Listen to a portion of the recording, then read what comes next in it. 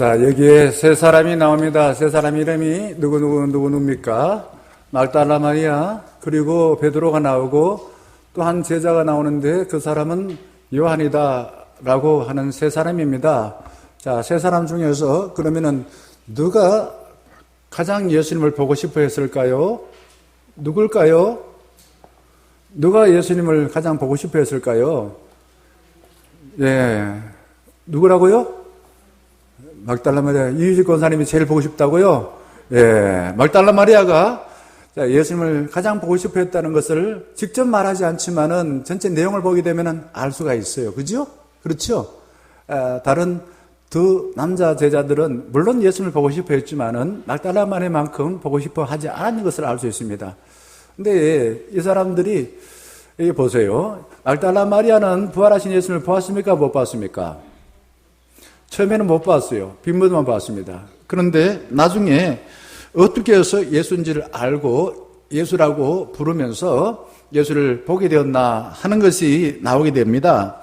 자, 15절부터 보게 되면은 여기에 아직도 이 마리아는 예수님인지 알지를 못했었어요. 그죠? 그래서 동산직인 줄 알았다 이거죠. 그런데 16절 말씀 보게 되면은 예수님이 이 말을 할 때에 마리아의 마음의 눈이 번쩍 뜨여서 예수님을 보게 되었다. 이렇게 말하고 있습니다. 어떤 말을 할 때였는가? 16절에 예수님이 뭐라고 말했습니까? 그냥 뭐 이름밖에 부른 게 없어요. 마리아야. 이렇게. 그러자 부활의 예수님을 보게 되었다라고 말하고 있습니다. 참 신기하지 않습니까? 근데 그 신기하죠. 그죠? 자, 오늘 이 주신 말씀을 우리 가지고서 저는 그렇게 생각합니다. 마리아의 마음은 예수님을 너무너무 보고 싶었어요. 그러자 결국은 부활하신 예수님을 보게 되었습니다. 근데 좀 덜 보고 싶었던 사람들이 두 사람의 제자들은 빈무덤에 왔다가 그냥 돌아가게 되는 것을 보게 됩니다. 결국은 마리아를 통해서 예수님이 부활했다는 것을 알게 되었다라는 것입니다. 그러니 우리는 이 마음이 참 중요하구나. 보고 싶은 마음이 참 중요하구나. 어떠세요? 옆에 계신 분들, 같이 사시는 분들, 김경호 주사님하고 정갑순 집사님 옆에 계시는가, 안 계시는가? 옆에 지윤이 옆에 누군가 잘 안 보이는데, 부부가 같이 살면서, 한평생 살면서, 이 오락 프로그램 나와서 물어봅니다. 몇 년 사셨습니까? 30년, 40년 사셨습니다. 나중에 죽고 난 뒤에도 다시 만나고 싶습니까? 안 만나고 싶습니까? 물어봅니다. 그러면은, 만나고 싶다 하는 사람들도 있지만은, 안 만나고 싶다 하는 사람들도 있습니다. 왜 그럴까요? 그래서 저는 오늘 주신 말씀을 통해서 다시 보고 싶은 사람처럼 살자. 다시 보고 싶은 사람처럼 살면 좋겠어요. 제가 그렇게 살려고 애를 씁니다만은, 자, 부활절 준비를 하면서 묵상하는데 옛날에 불렀던 복음성가가 생각났습니다.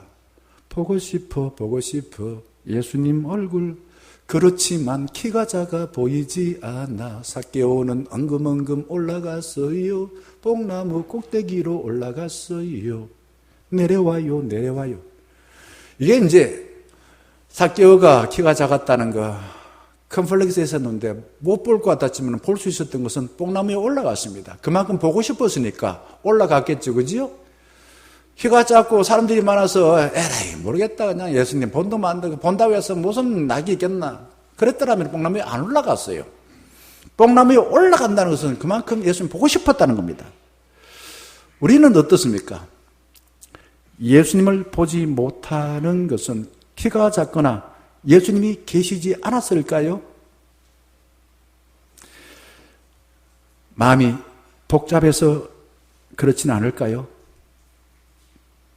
내 마음이 복잡해요. 예수님 돌아올 필요 없어요. 난 다 알아요. 난 다 잘하고 있어요. 또 예수님 사모하지 않아요. 주일 한 번만 생각해도 머리 아픈데. 이런 복잡한 생각들과 그리고 예수님에 대해서 무관심함으로 인하여 내 마음이 예수님께로 향하지 않고 딴 데로 빼앗겨서 예수님을 보지 못하는 것은 아닐까 생각을 해봤습니다. 저는 만났던 사람들 대하면서나 또 목회를 끝나고 난 뒤에 이러면 좋겠다는 바람을 가지고 살려고 합니다. 내가 당신 보고 난 뒤에, 헤어지고 난 뒤에 다시 보고 싶은 사람이 되면 좋겠어. 내가 인생을 다 살고 난 뒤에 다른 사람들이 저를 보고 싶어 하는 사람이 되면 좋겠어. 그런 마음으로 살려고 애를 씁니다. 오늘 봉독한 1절 말씀 보게 되면은 마리아는 안식일 후 첫날입니다. 언제입니까? 안식일은 언제고 후 첫날은 언제입니까? 안식일은 토요일이고 그 다음날 첫날은 주일입니다. 마리아는 주일 새벽에 예수님의 시신이 묻혀있는 무덤을 향해서 달려갔습니다. 앞불사 무덤을 막고 있던 돌이 어떻게 됐습니까? 굴려져 있어요. 기절초풍할 일을 본 마리아는 2절에서 혼자 이 지금 당황스러운 장면을 감당하지 못하니까 어떻게 합니까? 누구한테 달려갑니까? 시몬 베드로와 예수님께서 사랑하시는 다른 제자입니다. 요한에게 가서 말합니다. 너무 그냥 당황스러운 장면 봤거든요. 사랑하는 예수님이 사라졌어요. 시신이라고 보고 싶었는데 사라졌어요. 마리아는 예수님이 죽은 물건처럼 취급하여서 어디에 두었는지 알지 못하겠다라고 말합니다. 2절 끝머리 어디에 두었는지. 예수님이 살아계신다면 내가 두고 말고 할 수 없습니다. 내가 두고 싶다 해서 두는 게 아니라 살아있는 것을 움직여요. 그런데 예수님이 죽어있는 시신이라고 생각했기 때문에 어디에 두었는지 내가 알지 못한다 라고 말했습니다. 여러분 또 한번 생각해 봅시다. 죽고 난 뒤에 사람들이 나를 어떻게 취급해 주면 좋겠습니까? 물건 취급하면 좋겠습니까? 그러지 않지요. 하지만 평소 나에게 악한 짓을 한 사람은 물건 취급하여서 빨리 치워버리고 싶을 겁니다. 저 쓰레기 같은 거 봉투에 집어넣어서 빨리 치워버리자 이렇게 생각할 거예요. 하지만 소중한 경험을 많이 나눈 사람들 놓치고 싶지 않아요. 붙잡고 싶을 것입니다. 요한과 베드로는 빈 무덤으로 바람과 같이 달려갔습니다. 자, 또 하나 퀴즈 냈겠습니다. 요한과 베드로 누가 달리기 잘했을까요? 누가 달리기 잘했었겠습니까? 저기 뒤에 있는 똑똑한 사람들한테 물어볼까요? 누가 달리기 더 잘했을까요? 베드로와 요한 중에서 누가 달리기 잘했을까요? 누가 무덤에 도착 먼저 했습니까? 요한이 달리기 더 잘했어요. 좀 신기해요. 근데 요한은 생각은 빠른 사람이야. 생각이 많은 사람인데 이 몸이 보통 생각 많은 사람이 몸이 좀 둔한데 달리기를 잘했는 모양이에요. 요한은 베드로보다 더 빨리 빈 무덤에 달려와서 들어갔을까요? 안 들어갔을까요? 안 들어갔어요. 5절에 보게 되면 이렇게 말하고 있습니다. 원문을 구부려서 세마포 놓인 것을 보았으나 들어가지는 아니하였더니 이렇게 말합니다. 이게 이제 장면으로 하라면은 몸을 말입니다. 구부려가지고 이게 무덤이라면은 무덤 있는 쪽으로 이렇게 발을 안 들어가고 몸을 구부려가지고 무덤을 살펴봤다 이거죠. 그게 보니까 뭐가 있더라고요? 그냥 세마포만 있는 거예요. 이 모습을 우리는 연구자의 모습입니다. 무덤 안에 안 들어갔다 이거지. 안 들어가고 그냥 바깥에 관찰하고 있다 이거죠. 연구하는 사람, 생각이 많은 사람이 요한의 모습입니다. 그래서 요한은 아주 지혜로운 사람이라고 흔히 이야기를 합니다. 그런데 늦게 도착한 베드로는 달라요. 6절 말씀 보게 되면은 베드로는 어떻게 합니까? 베드로는 무덤에 들어가 보니 무엇과 무엇을 봤을까요? 6절에는 이것을 봤습니다. 세마포입니다. 세마포가 놓였고 7절에는 또 머리에 쌓였던 뭘 봤을까요? 수건을 봤어요. 그런데 봤는데 이게 그냥 그 시신이 있었던 그 자리에 있는 게 아니라 이게 다 잘 정돈돼 가지고 여기 한쪽에 놓여 있더라 이렇게 말하고 있습니다. 자, 베드로는 이렇게 무덤 안에 들어간다는 것은 이게 예사로운 일이 아니에요. 당시에 시신을 만지게 되면은 만진 사람의 몸이 깨끗해집니까? 더러워집니까? 더러워집니다. 율법으로 만지면 안 돼요. 그런데 이 베드로는 그 생각이 깊지 못한 사람이었기 때문에 몸이 먼저 그 무덤 속으로 쑥 들어갔습니다. 그냥 몸이 더러지든 안 더러지든 생각을 안 했다 이거죠. 들어가 보니 무덤 안에는 예수님의 시신은 보이지 않고요. 시신을 감쌌던 세마포만 놓이고 머리를 쌌던 수건만 다른 곳에 객혀서 놓여 있었습니다. 자, 요한은 심사숙고하는 사람이고 베드로는 머리보다 몸으로 먼저 행동하는 사람이다라는 겁니다. 근데 이 베드로와 요한이 다시 좀 앞으로 돌아가서 마리아를 통하여 예수님의 시신이 없어졌다, 빈 무덤이더라 라는 말을 듣고 그냥 그걸 받아들였을까? 받아들였다면 거기에서는 뭔가 이게 다른 행동을 했을 거예요. 그런데 아마 막달라 마리아의 그 말을 제대로 믿지는 못했을 겁니다. 그래서 직접 달려가서 보았습니다. 달려가서 보니까 역시 마리아가 한 말이 옳다 틀렸다? 옳더라 이거죠. 마리아 말이 헛소리가 아니라 마리아 말이 옳았다라는 걸 확인하고 난 뒤에는 가슴이 철렁 내려앉았습니다. 예수님을 보고 싶은 마리아도, 너무너무 보고 싶은 마리아도, 냉철하게 심사숙고하는 요한도, 몸이 먼저 가는 행동파 베드로도 예수님이 부활했다라는 사실을 생각했을까요? 못했을까요? 했을까요? 못했을까요? 못했습니다. 베드로의 얼굴과 표정은 회황과 비애로 가득 차서 금방이라도 시신이라도 보고 싶은데 이놈 누가 시신 훔쳐갔나? 시신 도대체 어디 갔단 말인가? 밤새도록 그냥 우리가 여기 지키지 못해서 내가 진짜 죄송하네. 이런 생각을 하면서 눈물을 흘렸을 것입니다. 베드로는 예수님에게 미안한 마음이 컸을 것이에요. 왜냐? 자기 삶을 돌아볼 때에 베드로는 정말 이빠르게 먼저 예수님에게 다짐한 게 한두 가지 아니었습니다. 입으로 예수님이 십자가에 죽을 수 없다라고 하면 안 됩니다 라고 만류했습니다. 그리고 다른 사람들이 예수님을 다 버린다 하더라도 나는 결코 예수님을 버릴 수가 없습니다 라고 굳게 다짐을 했습니다. 그리고는 대제사장의 여종이 당신 또 이 예수와 한 동양인이지 라고 물었을 때 3번이나 모릅니다. 나는 절대로 저 사람 모릅니다 라고 부인하지 않았습니까? 베드로는 빈 무덤을 보는 순간 숨겨뒀던 죄책감과 후회가 물밀듯이 물려와서 무덤을 더 자세하게 살펴봤을 것입니다. 그래서 6절 말씀에 본 것이 세마포와 머리에 산 수건이었습니다. 뭘 봤다고요? 세마포와 머리에 산 수건을 봤습니다. 마리아는 또 뭘 봤습니까? 무덤의 입구를 막고 있던 돌이 굴려진 것을 보았습니다. 요한은 뭘 봤습니까? 5절에 세마포만 보았습니다. 자, 세 사람은 똑같은 것을 보았습니다. 빈 무덤을 보았습니다. 그런데 조금씩 다르게 보았습니다. 마리아는 그냥 처음에는 빈 무덤만 보았고, 그리고 베드로는 세마포와 수건을 보았고, 요한은 세마포만 보았습니다. 아직도 예수님이 부활했다는 것을 알지를 못해요. 마음의 눈이 캄캄하니까 예수님께서 하셨던 그 말씀, 내가 다시 사흘 만에 살아나서 너희들보다 먼저 갈릴리로 가겠다라는 말씀을 잊어버린 것입니다. 9절 말씀에 이렇게 말합니다. 그들은 성경에 그가 죽은 자 가운데서 다시 살아나야 하리라 하신 말씀을 아직 알지 못하더라.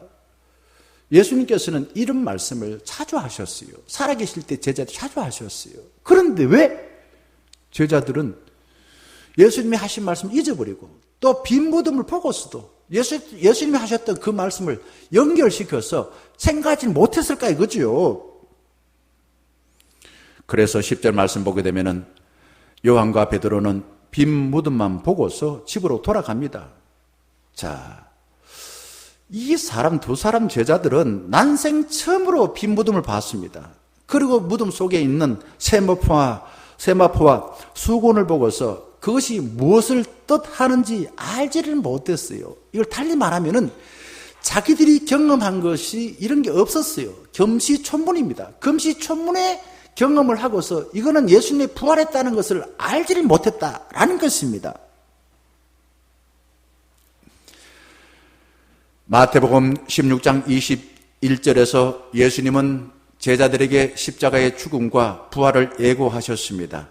그리스도께서 자기가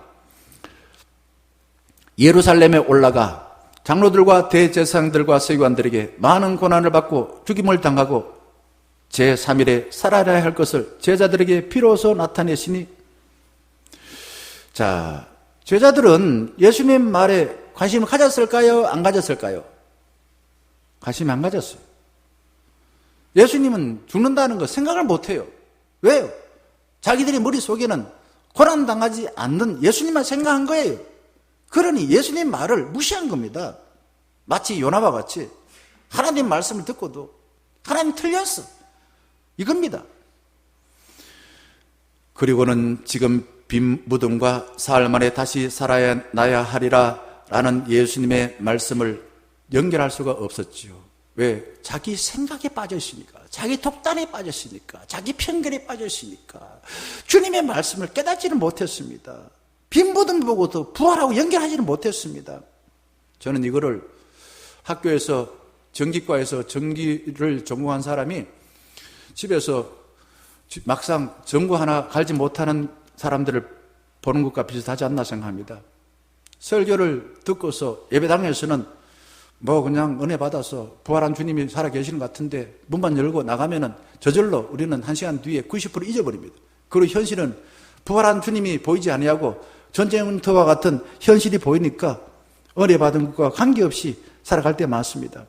설교를 통해서 회개하라, 사랑하라, 용서하라, 화목하라 라는 말을 듣고는 실천하고 싶은데 세상이 그러지 못하니까 실천하지 못하고서 말씀한 것을 까마득하게 잊고 살 때가 많습니다.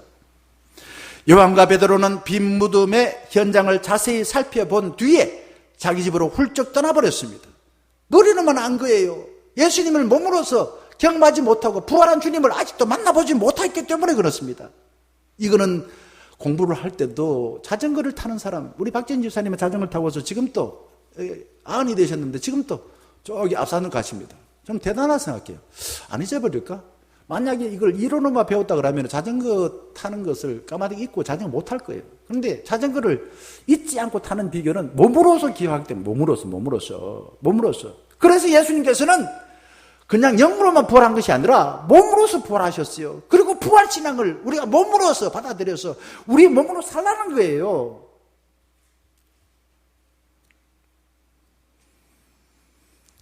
(11절) 말씀은 마리아는 요한과 베드로와 다르게, 요한과 베드로는 자기 갈 곳이 있었어요. 그러니 자기 집 돌아갔지만은 마리아는 갈 곳이 없어요. 그래서 11절 말씀에 이렇게 나와 있습니다. 마리아는 무덤 밖에 서서 울고 있더니 울면서 구부려 무덤 안을 들여다 보니 이렇게 말합니다. 그러자 흰옷 입은 두 천사가 예수의 시체에 누웠던 곳에 하나는 머리편에 하나는 발편에 앉았더라. 이 대단히 중요한 의미가 있습니다. 이건 어떤 것을 제대로 아는 것이고 신앙생활에서 예수를 제대로 만날 수 있는 비결이 나와 있습니다. 마리아는 무덤 바깥에 서서 울고 있더라. 오랫동안 울고 있어요. 집에 못 가요. 갈 데가 없어요. 예수님 아니면은 살 의미가 없습니다. 그러니 집으로 가져갈 수가 없습니다. 그래서 오랫동안 서서 예수님 보고 싶어요. 시신이라도 보고 싶어요. 무덤 바깥에서 오랫동안 계속 울고 있습니다. 예수님 시신이 있으면 제가 준비한 향이라도 발라드리고 싶습니다. 시신이 사라진 것에 말할 수 없는 서러움에 북받쳐 무덤을 떠나지 못하고 계속 서서 울고 있더라. 계속 서서 울고 있더라. 라는 겁니다. 마리아에게는 예수님이 아니고는 머물 곳이 없습니다. 당신 없이는 못 살아. 정말 못 살아. 당신 없으면 나는 살 의미가 없어. 나는 갈 곳도 없어. 마리아에게는 예수님이 어머니 품과 같습니다. 고향과 같습니다. 예수님이 계시지 않는 세상은 갈 곳 없는 방황하는 나그네였습니다. 어린아이에게는요, 특히 정말 부모가 언제든지 돌아갈 수 있는 고향과 같은 곳 아닙니까? 저는 이런 것을 어릴 적에 생각을 해봤습니다. 어릴 적에 막 친구들 좋다고 해서 막 놉니다. 그때는 뭐 친구가 좋아요. 막 한번 이제 초등학교 들어가고 그러면은 놀다가도 명하라 그러면은 엄마 부르는 소리 들으면은 얼른 그냥 놀던 건 내려놓고서 집에 가죠. 분명히 중요한 일이 있어. 밥을 먹거나 뭐 어떤 중요한 일이 있는 거예요. 그러니까 부른 거 아닙니까? 언제든지 달려가도 반갑게 맞아주는 것이 엄마였습니다. 저는 우리 교회가 엄마의 품과 같은 교회, 마리아가 예수님을 생각하는 그 예수님과 같은 교회가 되면 좋겠다 생각되어집니다. 언제든지 달려가서 안기고 싶은 어머니 품과 같은 우리 교회가 되면 좋겠습니다. 세상에서 최선을 다해 살다가 힘들고 괴로우면 언제든지 달려와서 주님, 제가 왔습니다. 제가 힘듭니다. 제가 괴롭습니다. 부르짖어 기도하고 목사님 기도해 주세요. 우리 구역장님 기도해 주세요. 권사님 기도해 주세요.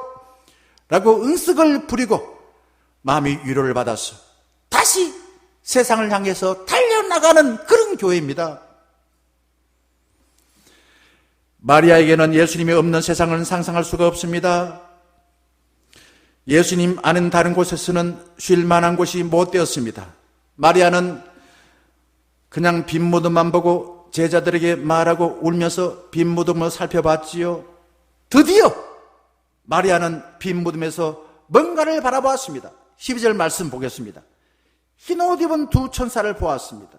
흰 옷 입은 두 천사. 뭔가 보였어요. 보지 못한 것이 보였습니다. 오랫동안 서서 울면서 서서 보니까 흰 옷 입은 두 천사가 보였다 이거죠. 제가 오늘 그래서 까만 가운 입다가 오늘 흰 가운 입었습니다. 옛날에 부활절 새벽 기도 때 제가 기억합니다. 어르신들은 다들 그냥 흰 옷을 입고 교회 오더라고요. 왜? 흰 옷 입은 두 천사를 생각하고서 아마 그렇게 한 것 같아요. 두 천사는 어디에 있습니까? 예수님의 시신이 누웠던 머리편과 발편에 앉아 있습니다. 천사가 왜 예수님의 시신이 놓였던 머리편과 발편에 앉아 있을까? 이것도 하나의 중요한 과제입니다. 이거를 성경 앞부분 이 출애굽기 25장에 보게 되면은 법궤 위에 뭐가 있나 하면은 속죄수를 두라 이렇게 말합니다. 법궤는 그 안에 말씀이 들어있고 지팡이가 있고 만나가 있는데 거기에 속죄수가 있다 이거죠. 이 법궤 위에 속죄판에는 하나님이 임재하는 거예요. 하나님이 임재하는데 그 위에 두 거룩한 그룹이 마주보고 있습니다. 근데 이곳에 아무나 불쑥불쑥 들어가는 게 아니에요. 레위기 16장 보게 되면은 속죄일에는 제사장이 1년에 딱 한 번만 들어가서 그 속죄수에 하나님의 임재, 하나님의 영광을 보는 것입니다. 만약에 대제사장도 정말 거룩한 몸이 아니라 그냥 엉망진창으로 해서 하나님이 원하는 그런 방법대로 들어가지 않고 지 맘대로 들어가다 보면 그게 죽어요.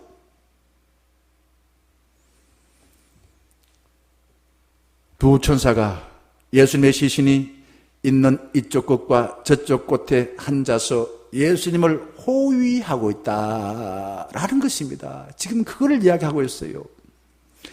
아직 마리아는 예수님이신 줄 알지를 못합니다. 그런데 14절 보세요. 뒤로 돌이켜서 예수께서 서 계신 것을 보았으나 예수이신 줄은 알지 못하더라 라고 합니다. 부활하신 예수님은 이전에 본 예수님의 모습이 아니었어요. 그러니까 부활한 예수님이 거기 있는데 마리아는 보지를 못한 거죠.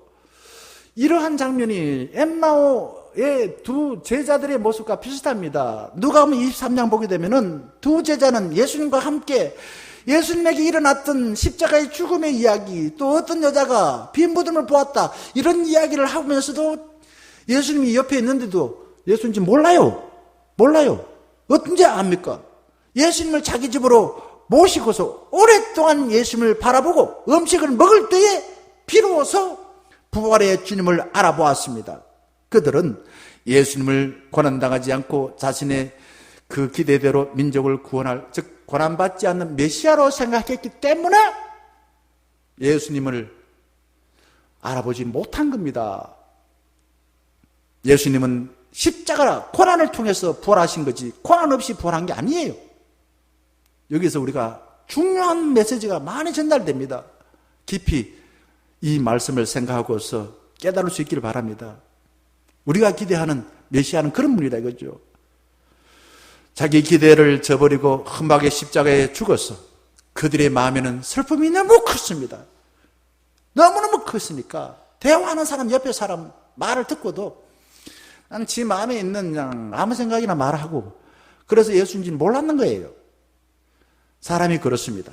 내가 기대한 일을 실패하면 슬픔과 분노가 마음을 덮어서 누구의 말도 들리지 않아요. 내 앞에 있는 거 보이지 않습니다. 마리아는 자신이 기대한 예수님이 보이지 않아서 눈앞에 있는 예수님을 보지를 못했던 것입니다. 자, 이때에 예수님께서 마리아의 마음을 아시고 15절 말씀 이렇게 말합니다. 마리아에게 여자여 어찌하여 울며 누구를 찾느냐? 어찌하여라는 말은 예수님이 이미 말한 것이 있는데 잊어버렸구나. 내가 옆에 있는데 안 보이나? 이게 어찌하여입니다. 예수님은 우리에게도 무슨 문제로 실망하여 크게 슬퍼하고 보지 못한 양 물으실 거예요. 우리에게 물으실 거예요. 저기 뒤에 있는 최도의사예요. 어찌하여 그렇게 슬퍼하느냐? 저기 뒤에 있는 현전자에게 어찌하여? 부활의 주님을 보지 못한다면 그렇게 우리 이름을 부르시면서 내가 여기 있다. 나를 부활하라. 너의 슬픔을 거두어라. 라고 말씀하시겠죠. 마리아가 그 다음에 보게 되면은 이렇게 말합니다. 15절. 그가 동산지기인 줄 알고 주여 당신이 옮겼거든 어디 두었는지 내게 이르소서. 아직도 슬픔이 크고 옆에서 마리아여라고 부르는데도 불구하고, 그냥 여자여라고 부르는데 불구하고, 마리아가 여자여 부르는데 불구하고 동산지기로 알고 있습니다. 그때 마리아는 주여라고 하는데 이거는 예수님을 주님으로 받아들이는 게 아니라 그냥 다른 사람을 높임말로 어르신 이런 뜻입니다. 주여라고 부르는 거예요. 마리아는 예수님을 죽은 물건처럼 취급하여서 당신이 옮겼거든 이렇게 말합니다. 예수님은 죽어 있다고 아직 생각하고 있어요. 그때 16절 말씀, 예수님은 마리아에게 이렇게 말합니다. 여자여라고 부르지 않고 뭐라고 부릅니까? 예수께서 여자여라고 안 부르고 뭐라고 부릅니까? 마리아야 라고 하시거늘 마리아가 돌이켜 히브리 말로 이렇게 대답합니다. 여러분, 이 메시지 갖고 있는 뜻은요 아주 중요합니다. 그냥 여자여라는 것은 그냥 한 추상적인 인간, 보편적 인간으로 부르는 거예요. 그런데 마리아라고 부르는 것은 이는 구체적인 우리의 어떤 삶을 아시고 마음을 아시고 우리의 인생을 축복하기 위해서 이름을 부르신다는 겁니다.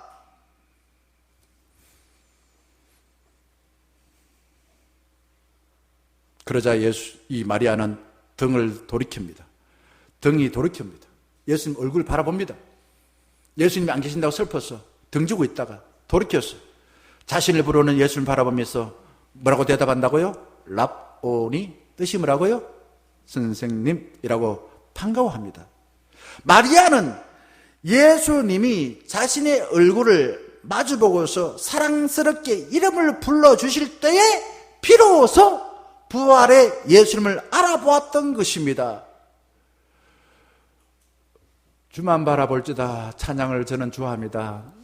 어둠 속에서 우리 나 자신의 그 상한 마음을 바라보시고 주님이 우리에게 다가오실 때 주만 바라볼지다, 주만 바라볼지다, 주의 얼굴을 바라본다, 주님만 생각한다, 주님께 우리의 모든 것을 오랫동안 관심을 두고서 뚫어지게 바라본다는 겁니다.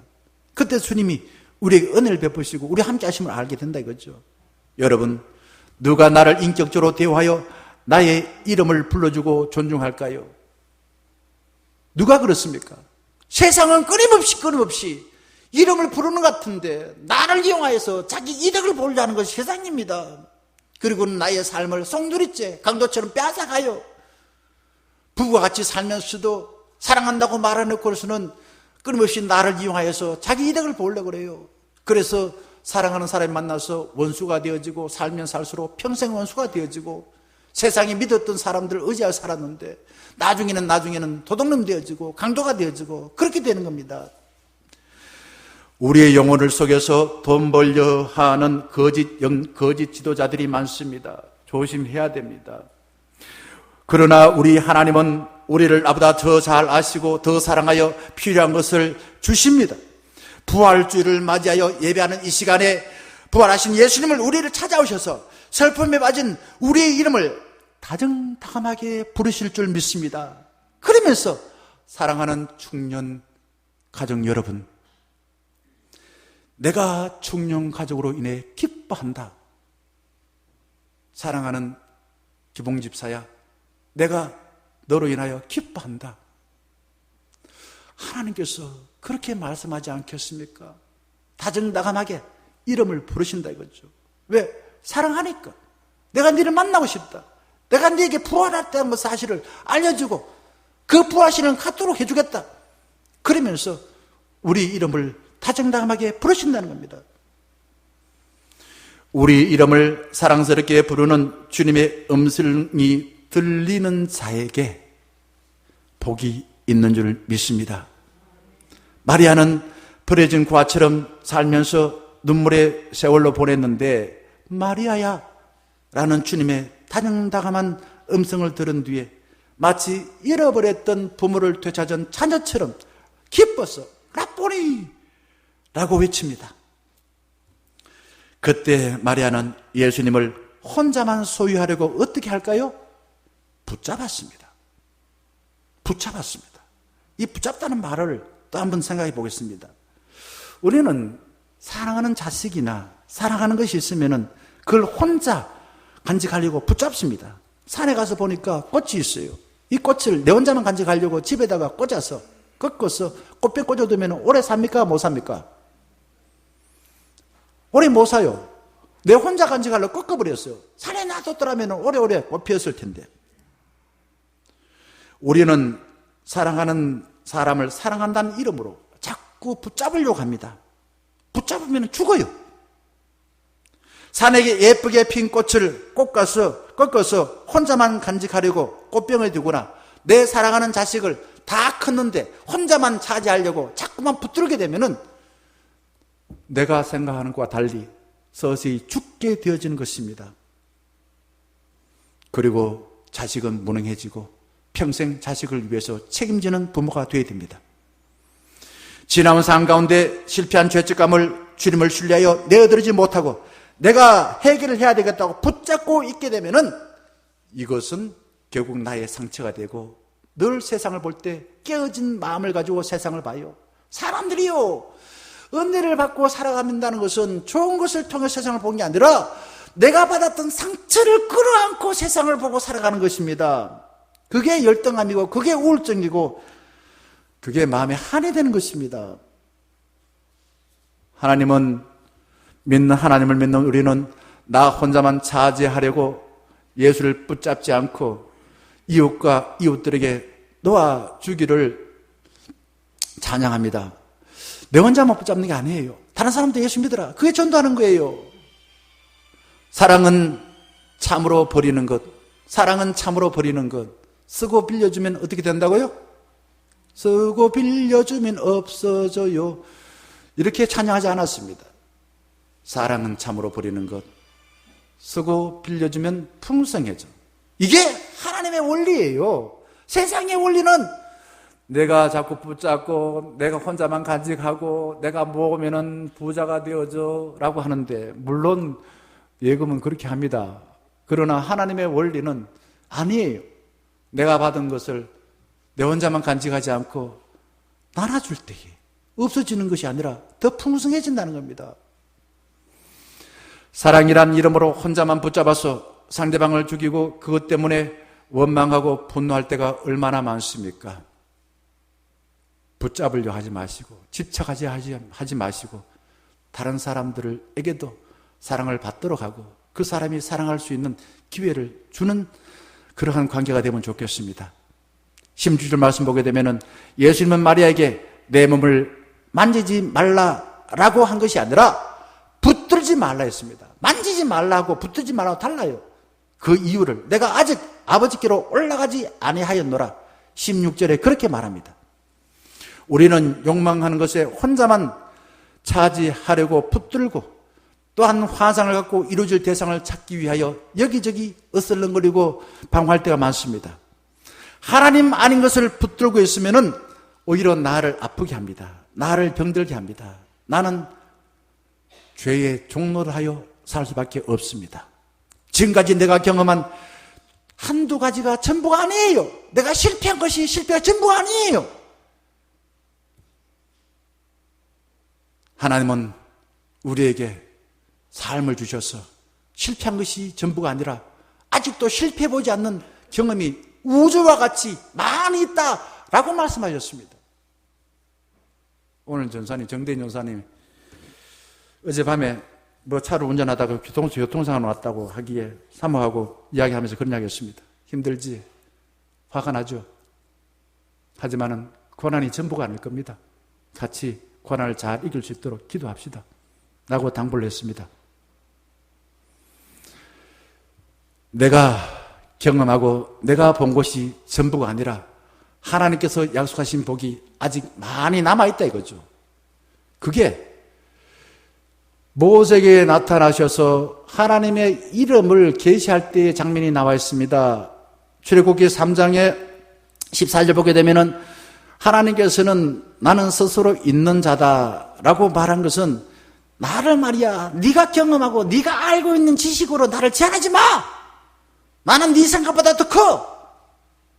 네가 나를 결코 제한할 수 없고 네 손 안에 나를 붙들어서 올가맬 수 없어. 이런 뜻인 것입니다. 잠언 1장 7절 말씀에 여호와를 경외하는 것이 지식의 근본이다 라는 말씀은 진리입니다. 왜 경외라고 표현했을까요? 경외라는 말은 이거는 두렵고 사랑하는 마음을 가지고 하나님을 사랑하고 하나님을 섬긴다는 겁니다. 이것이 사람이 살아가는 가장 중요한 거다 이거죠. 나의 삶을 살고 내가 다른 사람에게 많은 복을 주는 그런 부유한 복을 나누는 사람이 된다 이거죠. 하나님을 이용해서 나를 합리화시키지 말라. 오히려 빛이신 주님이 나에게 흘러들어올 때 내 속에 있는 더러운 것들, 악한 것들, 연약한 것 실투해라. 그게 회개하는 겁니다.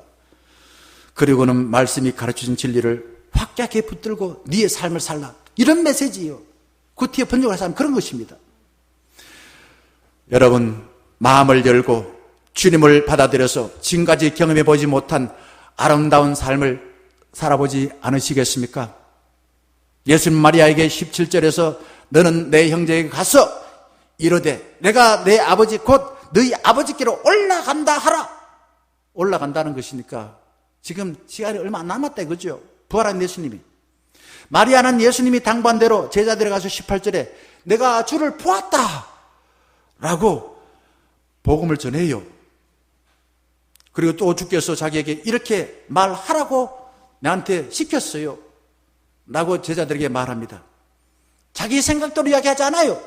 예수님께서 말한 것을 넣어주었을 때 예수님이 말한 것을 제자들에 가서 전하는 것이에요. 이게 좋은 삶을 살아가는 사람입니다. 우리가 말씀을 듣고 말씀을 들은 것을 내가 아멘으로 받아들이고 내가 확신을 가지고 내가 살아보고 그것을 다른 사람에게 전하는 게 이게 전도인 것입니다. 예수님은 자신을 배신하고 버리고 내뺀 제자들을 어떻게 합니까? 여전히 내 형제라고 말합니다. 이거 인간 생각으로 불가능해요. 그리고 하나님을 보고서 너는 구하야, 너는 하나님의 아버지 아니야 그렇게 말하지 않았어요. 자기 배신한 제자들 보고도 괜찮다. 실패한 너희들도 배신한 너희들도 하나님을 너희 아버지라고 불러라 라고 말씀하시더라고요. 그죠? 예수님은 다른 사람이 자기에게 한 대로 대하지 않고 하나님께서 자신이 이 땅에 보내주신 그 사명을 감당하는 삶을 살았습니다. 예수님은 다른 사람에게 실패한 제자들을 큰 사랑으로 회복해 주셨어요. 자기를 배신한 자에게 몽둥이 들고 때리고 이게 세상의 방식이에요. 그러나 예수님은 하나님이 보내주신 사명, 용서하고 사랑하고 회복하는 그 일을 끝까지 감당하셨습니다.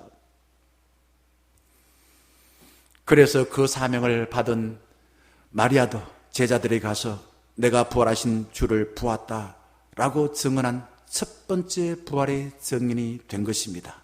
오늘 본문 말씀 보게 되면은 보았다라는 말이 아주 자주 나오겠습니다.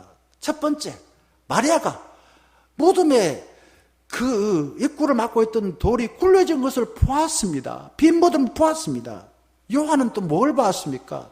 무덤 바깥에서 몸을 구부려 가지고 무덤 안에 시신을 쌌던 세마포만 보았습니다. 베드로는 또 뭘 보았습니까? 시신을 쌌던 세마포와 머리를 쌌던 수건을 놓인 걸 보았습니다. 그리고 이제 무덤 바깥에서 오랫동안 슬퍼하며 울고 있었던 마리아가 다른 걸 보았어요. 뭘 보았습니까? 예수님을 보았습니다. 부활하신 예수님을 보았습니다. 그리고 와서 제자들에게 내가 주님을 보았다고 말하는 부활의 첫 번째 정리됐습니다. 이걸 보니까 저는 눈이 있다고 다 보는 게 아니구나. 많이 본다고 다 좋은 게 아니구나. 사랑하는 중년가족 여러분, 나보다 나를 더 잘 아시고 더 사랑하시는 부활의 주님이 나를 사랑하여서 이름을 부르시는 그 음성을 들으시고 살아계시는 동안에 다시 보고 싶은 사람들처럼 다른 사람의 이름을 다정다감하게 부르며 사시다가 천국에 가서도 다시 보고 싶은 삶을 사시기를 주의 이름으로 간절히 축원합니다. 함께 찬양하겠습니다.